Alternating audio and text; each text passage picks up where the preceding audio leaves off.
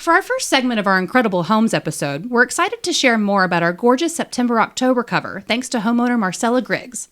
Not only did she put in some incredible work into her guest house renovation, but she's also the homeowner of the historic Currie house, designed by architect and head of architecture at Virginia Tech, Leonard J. Currie. Hi, Marcella. Thanks so much for coming on the show today. You're welcome. Thank you, thank you. I first personally owe you enormous thanks for letting us into your home and sharing the space with us, and thank you so much from our readers as well. Bob Souter took these amazing photos that are only a small peek into the details, while Stephanie Fallon shared an overview of the work that went into your guest house, and I know readers are going to love learning more and being inspired for their own home renovation projects. So if you don't mind, would you like to tell us a little bit about your background and how you fell in love with the house that you're in today? Surely. Well, the Currie house that we live in is next door to the house we've just renovated. Mm-hmm. And the house was built by Leonard Currie for his own family in 1962. I didn't realize he lived there with his family. He did. Cool. He built it for himself. And he moved on then from being head of the Virginia Tech architecture department to being the dean at the University of Illinois, Chicago Circle Architecture School. And he stayed up there until he retired. Then he came back to Blacksburg and built a separate house for himself eventually. But my partner, 45 years, Peter Trower, and I own the house together. He bought it from Leonard in 1966, and so has lived there ever since. I came upon the scene from California in 1978, 45 years ago, so we have loved living there. As a matter of fact, Peter says you probably came to Virginia Tech and to Blacksburg just because of the Currie house. How wonderful that you get to live in it then. Oh, it's a wonderful house. It sounds like it was love at first sight. Yes. Well, that's wonderful. And, you know, we briefly mentioned the fact that it's an award-winning house, like yes, quite literally. So it has an American Institute of Architects Homes for Better Living Award in 1963 and a Virginia Society of the American Institute of Architects Test of Time Award in 1982. Oh my gosh, sounds very important. And most importantly, very exciting kind of for Virginia in general, but it was also named to the Virginia Landmarks Register and the National Register of Historic Places in 1994. Yes. I'm kind of curious if you could explain what makes that architecture so unique that it would be award-winning. It is a superb example of mid-century architecture. It is so contemporary, and its use of a lot of influences by the famous architects around the world. Frank Lloyd Wright, for one, others. And Len was very impressed with the buildings that he found in South America. He spent quite a bit of time there. So there are many features of the house that reminded him of their Andes hill houses, where they have open windows all the way around. Lots of those in your guest house. Yes. Yes, it has similar things to the guest house, but they were done by two different architects. That's very interesting that you're able to blend those two eras together, essentially, from 1960s and then today with sort of reimagining. And so that's sort of on our cover, you can almost see the very modern updates that you've made to a retro vintage feel of your homes. That's really cool. Yes. So we're talking about in your gorgeous, gorgeous house. Let's talk about your guest house, which is what, of course, is featured on the cover. I'm curious about what made you want to take on this project to begin with, because it's certainly not an easy feat. Well, there are three main reasons why we wanted to do that. One is we wanted to maintain the integrity of the neighborhood. In a college town, often these modest mid-century homes are bought and then rented out to college students. And we could see that happening in our neighborhood, and we thought, no, we don't want that to happen. And then once we decided that, then we thought, well, do we want to tear the house down, or do we want to maintain the footprint? So we decided to maintain the footprint. So that was one reason, maintain the integrity of the neighborhood. The second reason is we wanted a place for friends and family to come and stay. The most important reason. Yes. And in our life, most of our family live on the West Coast or up in New York on the East Coast. And then we have a lot of friends, international friends, who come and visit. So, Blacksburg is not so easy to get to. And when they come, they like to come and stay for several days. So instead of tripping over each other in the Currie house, hogging the bathroom, right? We only have 2 bathrooms in the Currie house. In the new house, we have 4 bathrooms plus a half bath. Oh, maybe you should move into that house. Well, could be. That brings up another interesting point about air conditioning. I'll tell you that later. So anyway, it's worked perfectly because there are 4 bedrooms with each has a bath. So you can have people there that don't necessarily know each other, but they can interact. But we always get together daily, many times for just family and friends and social and so on. It works perfectly, actually. It must be wonderful for your family to be able to stay there and they can just wave at you from the window. My 2 of my sons were here last week for my birthday. Well, happy belated, by the way. Thank you. And they do a lot of their work remotely. So the space worked great. You might not get rid of them. Well, they did have to go back to family. Yeah. But anyway, they worked remotely in that house, and it was great. It was great. Lots of beautiful light, too, to study and work by. Right. And then the third reason why we wanted to do it is neither Peter or I want to go to a nursing facility as we age, and we're both in our late 80s now. So we thought, okay, let's make the upstairs for family and friends that can come and visit. The downstairs we can always turn into a caregiver residence, so that person can go back and forth between the 2 houses. Oh, that's very smart. So we'll try it and see if we need that. Yeah, but you're planning ahead, which I like. That's important. Yes, we're trying to do that. Right. So, in speaking of planning ahead, because obviously there's a lot of work that goes into a project like this. Oh, indeed. And so I'm curious about, you obviously didn't do all this all on your own. You worked with a team. And so I'm curious about how you were able to, you and your team members were able to incorporate your ideas into bringing your dreams to life, really, on this home. Well, I think the key was Warren Kark, who we used as an architect. He is a longtime friend. He knows us. He knows our lifestyle. And he is now in his mid-80s and retired from Virginia Tech. He agreed to do the house. Just for you, huh? So we spent a lot of time talking about our concept of what we wanted to use it for, and he took that, and we said, just let your creative juices flow. And he did. Wow. Both the house and the garden.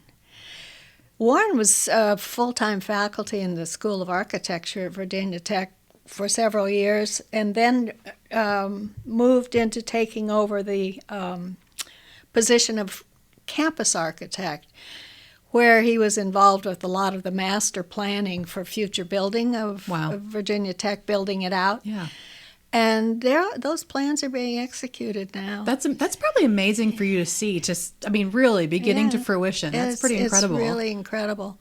So he really understood what we were looking for. And we just let him go with the architect and the contractor working together. Warren handled all the subs, all the ordering of things. He was there every day for a year and a half. That's so excellent that you can trust somebody like that to know the details, too. Right. So you mentioned a year and a half, and we were talking just before we started the episode. How long from start to finish did this project take? Because it's not just you show up and you start whacking down walls, right? You got to plan ahead. So what was that process like? Well, a lot of talk before you even take the hammer to the building. So we really had to kind of understand what we were looking for and do some projections of cost, although we were pretty sure we were going to run into some hitches along the way, and you have to account for that. And, so once we agreed on the concept, we just told Warren, draw up plans, do what you want to do, and we didn't bother him. You might have been his easiest client ever. Well, he would talk to us and say, well, what do you think about? And we'd give an opinion, but we never interfered with what he was doing. Right. And let's give a shout out. So who were the team members that worked on this, your construction company? Well, it was called, let's see, what's it called? Extreme Concrete was the name of the company that really did the bulk of the work. But then Warren handled all kinds of specialists that he knew over the years that he would bring in. Special electrician, his own favorite plumber, everything like that. Can I borrow that list when you're done? Well, I don't know. Well, and so in thinking about, you mentioned concrete and things like that, and one of the challenges that you had mentioned to me earlier was, for example, a cement floor in your basement. So obviously you're meeting challenges along the way. And so I'm curious, especially for listeners who are thinking about their own renovations, what kind of things or examples did you run into or maybe can give advice on? Well, you never know what you're going to run into, but when you take apart an older home like that, it's like peeling back the layers of an onion. And, you peel it back and you think, oh, my God, what am I going to run into next? Even the concrete floor in the basement had to be re-leveled. It was uneven.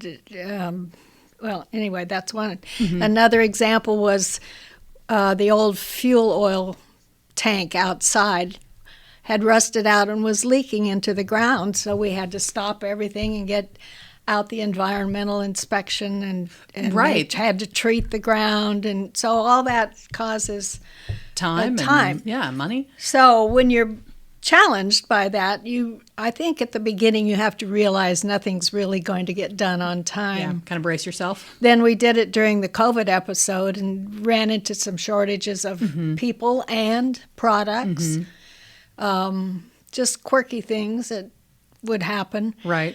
But eventually, if you have the right people, you have them making the decisions, you don't interfere too much. When the house is built and redone, reimagined, you can go in and furnish it however you like. Yeah, right. And that's how I ended up with furnishing the house with mid-century modern. It's absolutely gorgeous. I can't wait for listeners and readers to look at the pictures inside. Just the cover. I was telling you earlier, I just want to get a cup of tea and a book and sit in that chair by the window. It is so gorgeous with the view. And then you get to see from the outside how incredible the garden is. Do you mind telling me about the garden? I don't know. We're talking about some of your favorite features, and that might be the garden, but I want to learn about this garden. Well, the garden, it was quite a challenge because the house sits on a rather steep slope. Okay. And so in the back, we had to do terracing all the way down. Warren brought in a lot of large flat rocks to do the terracing.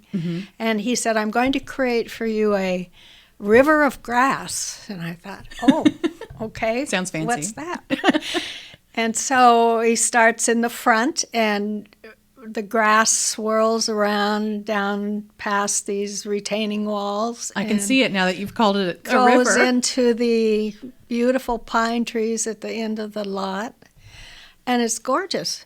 And then he specified some really unusual trees and bushes to plant sparingly through the yard. So what you see are these lovely rocks and grasses and blooming trees and odd-shaped trees, and it's really, really beautiful. You're saying all my keywords. I want to live in the garden. Sounds beautiful. So in thinking about other favorite pieces of the guest house, what do you really love? Well, the guest house, Warren knew that we have a large art collection.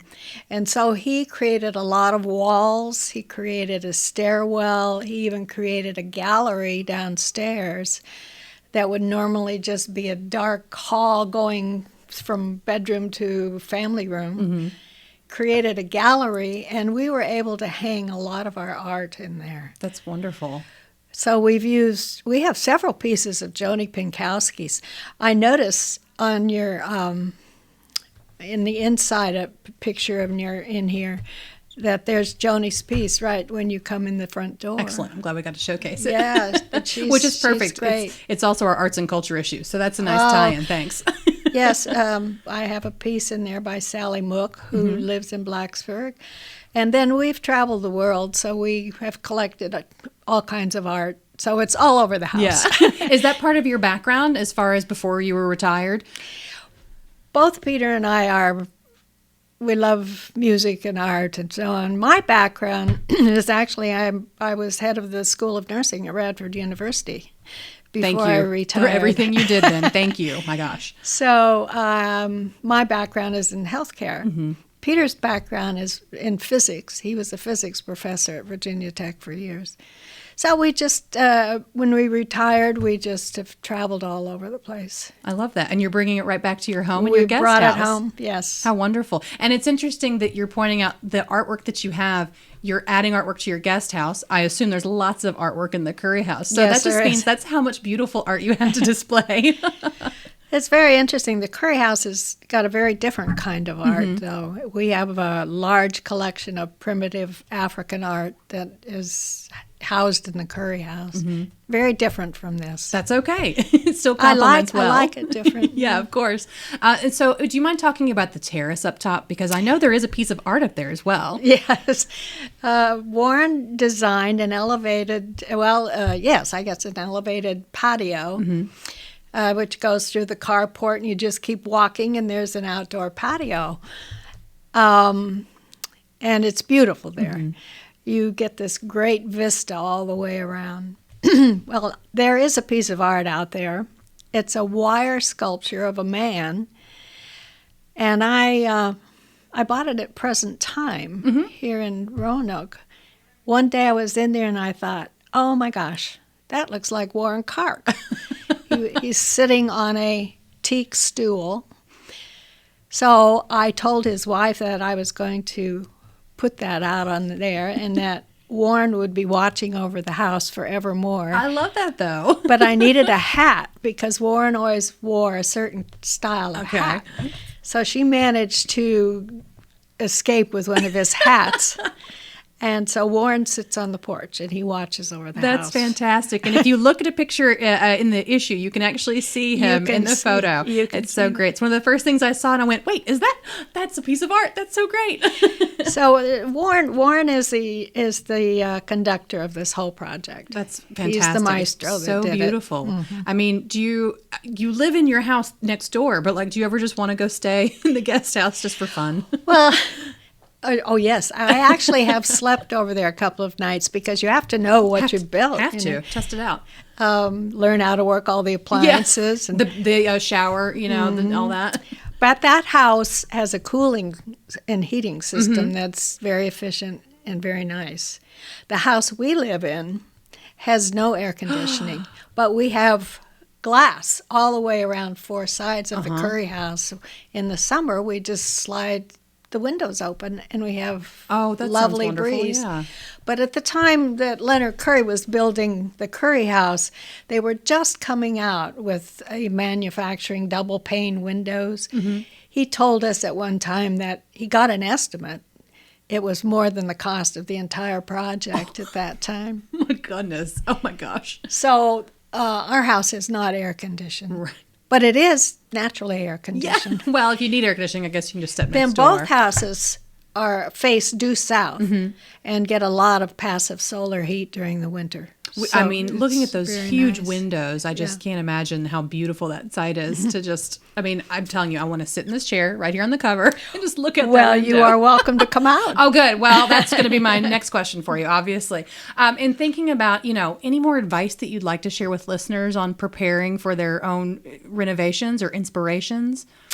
Well, I think the most important thing is to connect with an architect that understands you and what you want. That's a very good point. And then he needs to connect with your contractor or his contract, whomever, and let the two of them work together and don't interfere. It probably saved you a lot of headaches that way, too. And money, too, in the long run, I think, is, good point. If you think, no, I don't really like that, I want you to change it, you can avoid some of that. Right, that's a good point. Although it was not inexpensive to do this remodel. Sure. But you can save costs in certain ways. So that's my main. Let them have control, and you can play with it when they're all finished. There you go. That's perfect. Did you find when you were talking about you sat down and said, "Here's what we want to do"? Where were you looking for inspiration when you were thinking about certain pieces that you really wanted to incorporate into the home? Are you talking about furnishings or in general? Just in you know, general? what were you thinking about? You know, some people might spend a lot of time on Pinterest scrolling for ideas or inspiration Yes, to their home. or come in with a handful of cuttings from a magazine. Yep, that's me. Well, both Peter and I are very contemporary in our design likes and art, and we both just agreed immediately at what direction we wanted to go. And Warren knew us well enough to know, so he just took that and ran, and then he was responsible for all the beautiful contemporary lighting, and lighting is a feature of the house. He did a with all your great artwork. job. Yes. Lighting and new appliances and the beautiful cabinetry that Ideal Cabinets did based on Warren's design. I mean, that's pretty incredible that you have this sort of vague idea of what you want, and then it comes to life just 100 times better than... It was wonderful. And if I had any final suggestion, I would say take joy in the process. Sure, because it can be frustrating, but... But, you know, when you're finished, you see your reimagined project come full circle, and it's joyful. And it probably is joyful to, once it's done, you get to furnish it. You get to choose what goes where and how to do things. That's always exciting. That was fun. Yeah? I really had fun. Do you mind sharing a little bit about that experience, how you found things, or, you know, what you really loved being able to do in certain rooms? Oh, goodness. Color. I talked with Warren a bit about color and what would complement the wood that he used, or what was this? How did we want to do that? And then I just ran with it. I like Mary Meckel prints. I like the Noguchi coffee table that you can buy from Design Within Reach. A lot of reproductions of the mid-century modern furniture. Just searching and looking and picking and choosing. It sounds very helpful that you have a very artsy eye, it sounds like. Well, I think that does help. Absolutely. So our last bonus question for you and your partner, or when your family visits, whether it's in the New River Valley or Blacksburg, of course, where you are, or if you ever get down to Roanoke, what do you guys love to do or play or eat in the region? What are you doing in your spare time when you're not gazing at your house next door? We love coming to Roanoke to the Taubman Museum. Well, of course, that should have been my first guess. That is great fun. We love to do that. But there are lots of places to eat in Blacksburg, too. But I have to tell you that both of us love to eat at home, and I love to cook. When you've got a beautiful home like yours. So, we don't go out to eat a lot. We do go to our favorite pizza place in Radford called Sal's Pizza. That's been there for 40 years or more. Well, it sounds like when you make your kitchen as perfect as it is, why would you want to go anywhere else? Yeah. You have all you need. And then, of course, being in Blacksburg, you have lots of beautiful things to go to at the Moss Center and art exhibits. And we love the Miller off Main Gallery. Even just walking on campus is a wonderful experience sometimes, too. So even that's nice. You don't want to go right now because it is swarming with freshmen. That's fair. Maybe on summer break. Moving in. Otherwise, you might get drafted into helping them move into their spots. So, well, perfect. Is there anything else you wanted to add or that we didn't cover today that you wanted to share? I think you've covered it all, and I just want to encourage people to remodel and reimagine old homes. Don't tear them down. Such beautiful advice. I can't say it any better. Thank you, Marcella, so much for being our guest today. We really appreciate your time. We're incredibly grateful to you again for your time today and sharing great homeowner renovation advice with listeners, but also for sharing your space with readers to showcase these gorgeous details of not just the Currie home, which I'm going to be obsessed with soon, but of course, our gorgeous, the guest house on our cover. It's incredible. I can't wait for readers and listeners to see more of these beautiful photos. Good. Thank you. And please do let me know when you start accepting guests. So... If you're taking a wait list, I'll be first up. Okay. Thank you. And it's not just that incredible cover. You can swoon over even more photos by Bob Souter and read more from writer Stephanie Fallon on this home renovation, along with so much more in our September-October Homes issue on newsstands now, or you can always see more at theroanoker.com.